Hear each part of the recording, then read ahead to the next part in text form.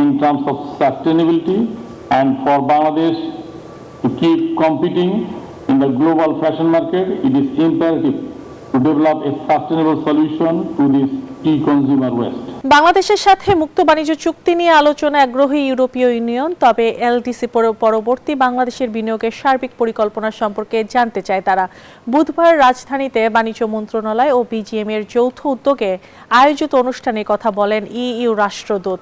এ সময় বাণিজ্যমন্ত্রী বলেন, এলডিসি গ্র্যাজুয়েশন পরবর্তী চ্যালেঞ্জ মোকাবিলায় চট্টগ্রাম বন্দরের দক্ষতা বৃদ্ধি ও শিল্পের যন্ত্রপাতি আমদানির ব্যয় কমাতে চায় সরকার, নিশ্চিত করতে চায় বিনিয়োগ বান্ধব পরিবেশ। বছরে প্রায় 6 লাখ টন টেক্সটাইল বর্জ্য উৎপাদিত হয় দেশে, যার মাত্র 5% পুনর্ব্যবহার হচ্ছে স্থানীয়ভাবে। বাকিটা পরিবেশের সাথে মিশে স্বাস্থ্য ঝুঁকি তৈরি করছে। এমন বাস্তবতায় বিশ্ববাজারে সুনাম নষ্ট হচ্ছে বাংলাদেশের। রপ্তানি খাতে সুনাম অক্ষুণ্ণ রাখতে বর্জ্য ব্যবস্থাপনায় টেকসই সমাধান চান উদ্যোক্তারা। বুধবার তৈরি পোশাক শিল্পের টেকসই রূপান্তর ও সার্কুলার ইকোনমি বিষয়ক সেমিনারে বিষয়টি গুরুত্বের সাথে তুলে ধরেন বিজেএমইএ সভাপতি। In terms of sustainability and for Bangladesh to keep competing in the global fashion market, it is imperative to develop a sustainable solution to this key consumer waste.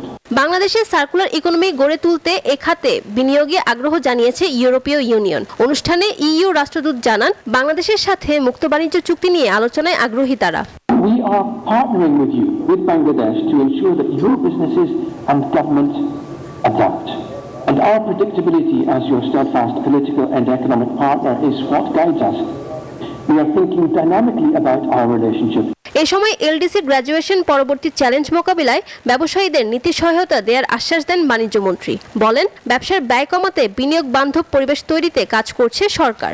Already given responsibility of handling one terminal, container terminal, to a Danish company, and we are going to invite other successful proven performers into this field to increase efficiency. পাশাপাশি আমদানি রপ্তানি ব্যয় কমিয়ে আনতে চট্টগ্রাম বন্দরের দক্ষতা বৃদ্ধির উদ্যোগ নেওয়া হয়েছে বলেও জানান বাণিজ্যমন্ত্রী। Cut down on the logistic cost. Farzana Riya, news 24, Dhaka.